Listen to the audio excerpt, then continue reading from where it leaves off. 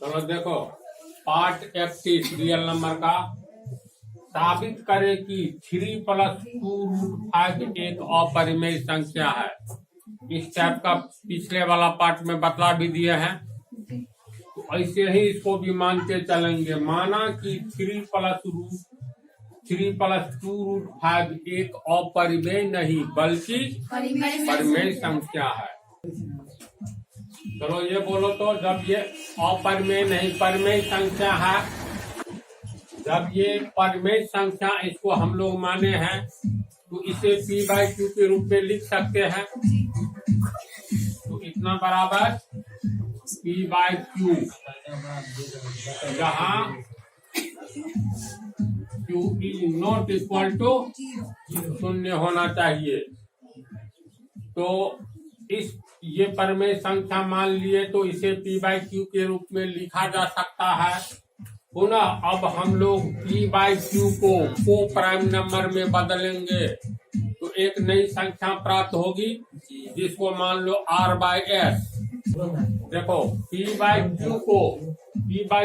को prime number में मान लो बदल दिए, तो एक नई संख्या r/s के रूप में प्राप्त होती है।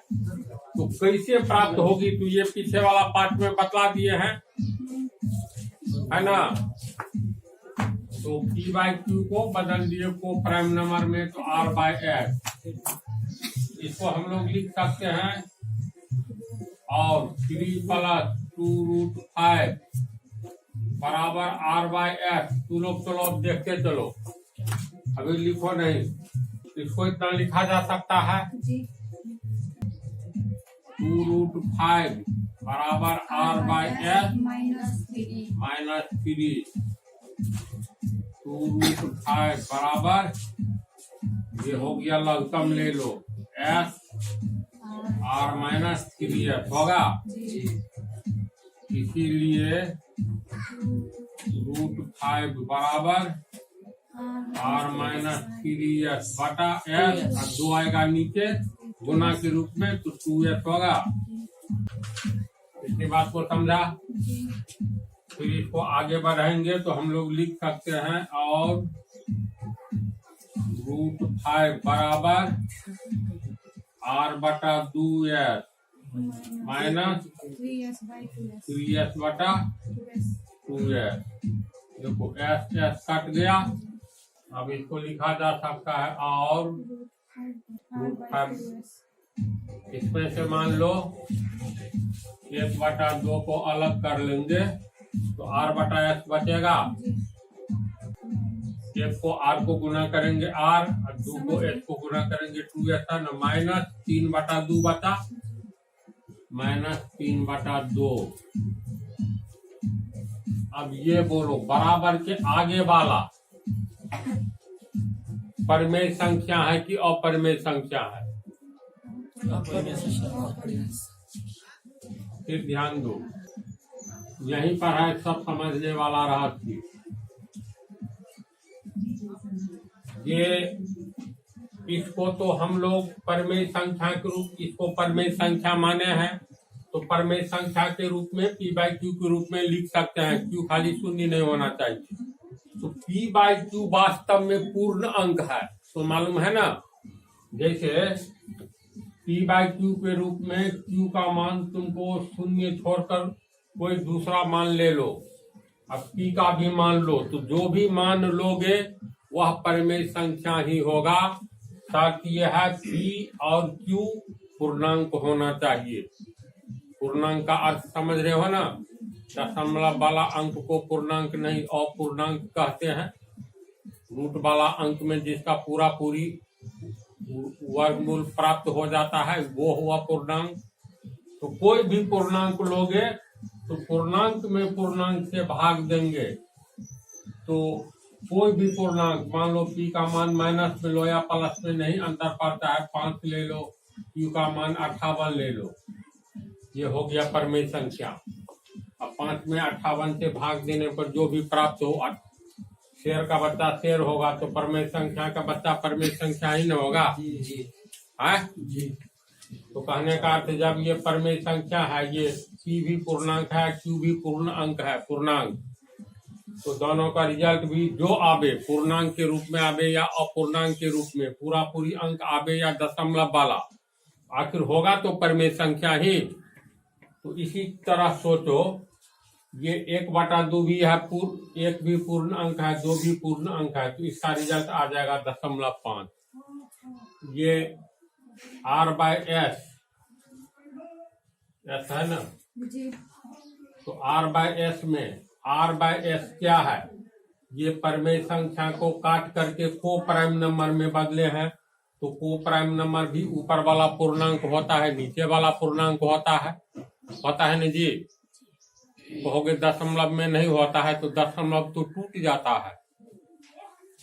को प्राइम नंबर में दशमलव वाला में दशमलव टूट जाएगा ना। जैसे मान लो 0.4 बटा 0.5, ये को प्राइम नंबर कैसे इसको बनाओगे? 0.4 गुने 1/0.5 लिख सकते हैं। ये हो गया 4/10 गुने 1/5/10। ये हो गया 4/10 गुने a/b/c, यानी 10 ऊपर 5 नीचे, 10 कट गया तो 4/5 तो परमेय संख्या ही है ना। तो कहने का अर्थ ये परमेय संख्या का को हम लोग बनाए हैं को प्राइम नंबर सह अभाज्य संख्या में। तो ये भी पूर्णांक है, ये भी पूर्णांक, तो ये पूर्णांक ये हो गया परमेय संख्या, ये भी पूर्णांक है, s भी पूर्णांक है। तो भाग दे करके जो आएगा ये भी होगा परमेय संख्या, ये भी है परमेय संख्या। तो परमेय संख्या को गुना करेंगे तो परमेय संख्या ही प्राप्त होगा, समझा। अब फिर परमेय संख्या में से ये परमेय संख्या घटाएंगे तो फिर परमेय संख्या प्राप्त होगा p/q के रूप में, यानी ऊपर वाला भी पूर्णांक, नीचे वाला भी पूर्णांक। तो इसका अंतिम हल हमें परमेय संख्या ही प्राप्त होगा, समझा ना। तो जब ये परमेय संख्या ही प्राप्त होगा अंतिम रिजल्ट, और ये √5 क्या है? यहाँ पर विश्लेषण में लिखेंगे, यहाँ r एवं s पूर्णांक है ना, पूर्ण अंक, इसलिए बराबर के आगे क्या कहलाता है? RHS। इसलिए RHS का रिजल्ट परमेय संख्या आएगा। इसका हल क्यों आएगा परमेय संख्या? तो मान लो 1/2, r का कुछ भी मान लेना होगा तो अपूर्णांक ही लेना होगा, क्योंकि p/q को परमेय संख्या कहते हैं। तो p शून्य नहीं होना चाहिए। जहाँ p क्या है, q क्या है, ये दोनों पूर्ण अंक है, पूरा पूरी अंक। अगर दशमलव वाला है तो दशमलव को कैसे तोड़ करके पूर्णांक बनाएंगे, वो तो मालूम ही है। तो जब ये परमेय संख्या है, r एवं s पूर्णांक है, तो RHS का रिजल्ट, पूरा रिजल्ट किस में आ रहा है? दशमलव में आवे, पूर्णांक के रूप में या अपूर्णांक के रूप में। तो परमेय संख्या तो पूर्णांक के रूप में भी होता है, अपूर्णांक के रूप में भी होता है ना। पूर्णांक के रूप में गिनती की संख्या ले लो, 0 से लेकर अनंत तक, पीछे जाओ तो 0 से अनंत तक सब ऋणात्मक ले लो, फिर 1 और 2 के बीच का सब दशमलव वाला ले लो, तमाम बट्टा वाला ले लो, सब परमेय संख्या का परिवार है ये। तो इस तरह से परमेय संख्या, ये बराबर के आगे RHS वाला पोर्शन, ये पोर्शन का रिजल्ट क्या आ रहा है? इसका हल परमेय संख्या प्राप्त होगा। r का कुछ भी मान लेंगे, मान लो r का मान लेते हैं 6, s का मान लेते हैं 7, तो -3/2। इस सबको हल करोगे तो क्या रिजल्ट आएगा? 1 छक्के 6, 2 छक्के 14, -3/2, लघुत्तम ले लो 14, 14 में 7 किया 21, बराबर -15/14। देखो, फिर इसमें भाग देंगे तो माइनस और दशमलव कुछ आएगा, अंतर आएगा ना। देखो ये p/q के रूप में आ गया, 15 पूर्णांक है, भले ही ऋणात्मक पूर्णांक है, पूर्णांक तो है। 11 भी ये 14 भी पूर्णांक है, तो परमेय संख्या का रिजल्ट हमेशा पूर्णांक बटा पूर्णांक में आता है, जहाँ नीचे का पूर्णांक शून्य नहीं होना चाहिए।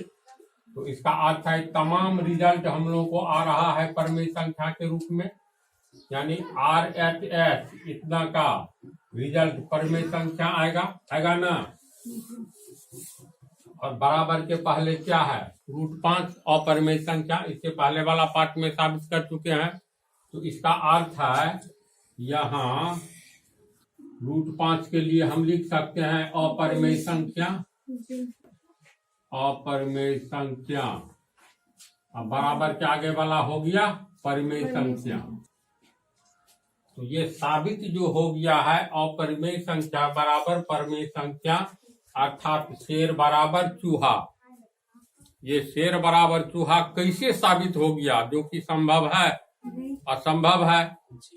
जब परमेय संख्या अपरमेय संख्या एक हो जाएगा तब तो मैथमेटिक्स साइंस सब कुछ उल्टा पुल्टा होने लगेगा, सारा सिद्धांत फेल करने लगेगा। तो ये इसलिए अभी साबित हुआ है, साबित करने वाले चरण में कहीं कोई गलती नहीं है। ये गलत रिजल्ट आया, आखिर क्यों? यह गलत रिजल्ट इसलिए आया क्योंकि शुरू में ही हमने 3 + 2√5 को एक अपरमेय नहीं बल्कि परमेय संख्या मान लिए हैं। हमारा शुरू में ही मानना गलत है कि 3 + 2√5 एक परमेय संख्या है, यह मानना गलत है। इसलिए हम लोग को गलत रिजल्ट आया, इसलिए हमारी मान्यता ही गलत है। अर्थात 3 + 2√5 एक परमेय संख्या नहीं है। जब परमेय संख्या नहीं है तो क्या है, अब परमेय संख्या। समझ गया? इसमें तो तुम लोग तर्क लिखोगे, यही तर्क जो अभी बोले हैं, जो कि पिछले पार्ट में भी लिखा लिया है, इसको लिख लेना। अब अगले पार्ट में